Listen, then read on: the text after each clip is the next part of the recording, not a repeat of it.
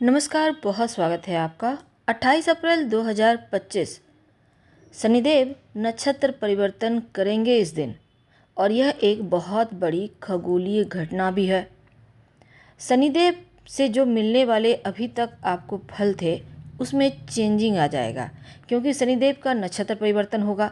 27 नक्षत्र में उत्तर भाद्रपद नक्षत्र 26वें नंबर का नक्षत्र है, और शनिदेव जो है उत्तरा भाद्रपद नक्षत्र में 28 अप्रैल से आएंगे और 3 अक्टूबर तक इसी में रहेंगे। अब जो शनिदेव हैं कर्म के फल देने वाले हैं। शनिदेव कर्मों का फल देते हैं, न्याय के देव है, और शनिदेव किसी न किसी रूप से आपकी लाइफ में रहेंगे ही, चाहे डायरेक्ट हो या इनडायरेक्ट हो। उत्तरा भाद्रपद जो नक्षत्र है यह भी शनिदेव का ही नक्षत्र है, और यह नक्षत्र जो है बहुत विशेष है, क्योंकि उत्तरा भाद्रपद नक्षत्र मोक्ष का नक्षत्र है, या कह सकते हैं कि मोक्ष की राशि मीन राशि में आता है, और इंसान को ज्ञान देने वाला नक्षत्र है। वैसे शनिदेव के 3 नक्षत्र होते हैं, पुष्य, अनुराधा और उत्तर भाद्रपद नक्षत्र। तो जो पुष्य नक्षत्र है आपके अंदर बदलाव लाने के लिए प्रेरित करता है। जब पुष्य नक्षत्र चलता है सुधार लाता है, और अनुराधा जो नक्षत्र है इसमें इंसान पूरी तरह से बदल जाता है, कुछ बेहतर सीखता है और अपनी लाइफ को उसी अनुसार ले चलता है। लेकिन जो उत्तरा भाद्रपद नक्षत्र है वो सिखाता है, सहायता करता है, आगे बढ़ने का रास्ता बताता है, और कर्म के देवता का नक्षत्र है। तो यकीनन उत्तरा भाद्रपद नक्षत्र में आएंगे तब, क्योंकि साथ में जल की राशि भी है मीन राशि, मीन राशि के अंतर्गत ये नक्षत्र आता है।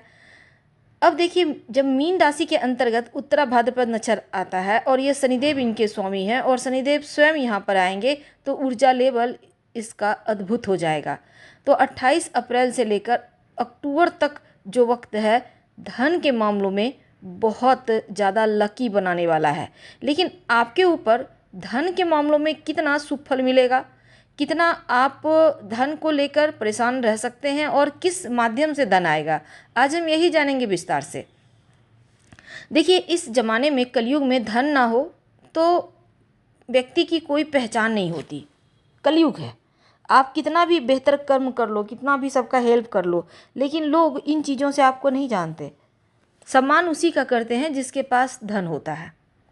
लेकिन चलिए, ये चीज़ें अपवाद में भी आती है। बहुत सारे लोगों के पास धन नहीं होता पर भी सम्मान मिलता है। तो हम बात कर रहे हैं तुला राशि वालों। शनिदेव आपके छठे भाव में गोचर कर रहे हैं, और छठा भाव मीन राशि का है, और यहीं पर वो नक्षत्र परिवर्तन भी करेंगे। अब छठा भाव है रोग, चोट, ऋण, कर्जे, शत्रु का। तो शत्रुओं का नाश करेंगे शनिदेव, स्वास्थ्य में सुधार लाएंगे, चिंताएं कम होंगी। यानी कि छठे भाव में शनिदेव का आना आपके लिए बहुत शुभ है। संघर्ष समाप्त होने के बाद विजय प्राप्ति के योग भी बनाएंगे। वैसे शनिदेव शक्ति, धैर्य देने वाले ग्रह हैं। प्रतियोगिता परीक्षा, कोर्ट कचहरी, राजनीति, तमाम चीज़ों में आपको 100% जीत या सफलता दिलाते दिखेंगे। अब देखिए, उनके परसेंटेज बढ़ जाते हैं। जब छठे घर में आते हैं तो पॉजिटिव परसेंटेज आपके लिए 90% तक चले जाते हैं। यानी आपके निर्णय भी आपको सफलता दिलाते हैं। परिश्रम लेकिन कीजिएगा। कानूनी पेचीदगियाँ थोड़ी सी बढ़ेंगी, लेकिन फिर भी जीत मिलेगी। अब देखिए, स्वास्थ्य की बात करें तो स्वास्थ्य से संबंध रखता है। पुरानी बीमारियों में सुधार होगा। दिनचर्या में अनुशासन लाइए, योगा एक्सरसाइज कीजिए, हेल्दी डाइट लीजिए, पानी खूब पीजिए। हड्डी, दांत या फिर जोड़ों की प्रॉब्लम थोड़ी परेशान करेगी, थोड़ा सा अपना ख्याल रखना होगा। देर रात तक मत जगिएगा, नहीं तो नुकसान होगा। और जो ऑयली फूड होता है, डब्बा बंद चीज़ें होती हैं, उनको खाने से बचे, नहीं तो आपका राहु भी एक्टिव हो जाएगा। तो देखिए, शनिदेव आपकी सहायता करेंगे कर्जों से मुक्ति दिलाने में। इस समय कर्ज ना लें, ना दें तो बहुत अच्छा है। अगर हम करियर की बात करें, जॉब में अगर आप किसी शोध कार्य से जुड़े हैं, अगर आप माइनिंग के क्षेत्र से जुड़े हैं, स्टील, लोहा, गैस, पेट्रोलियम या कृषक भाई हैं, तो आपके लिए बहुत शुभ रहेगा। आपका नौकरी में पदोन्नति भी होगा और कार्य व्यवसाय में तरक्की भी होगा।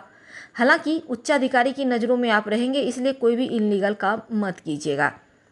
तो छठे भाव में शनिदेव के रहने से नशा से बाहर निकलने में भी शनिदेव आपकी मदद करते दिखेंगे।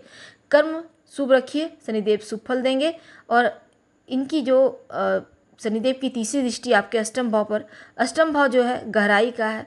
अब ज्योतिष शास्त्र में तंत्र मंत्र अनुसंधान मनोवैज्ञानिक चीज़ों या फिर रिसर्च से जुड़े चीज़ों को हम अष्टम भाव से ही देखते हैं, तो आपके लिए चीज़ें स्थिर रहेगी, नियंत्रण में रहेगी।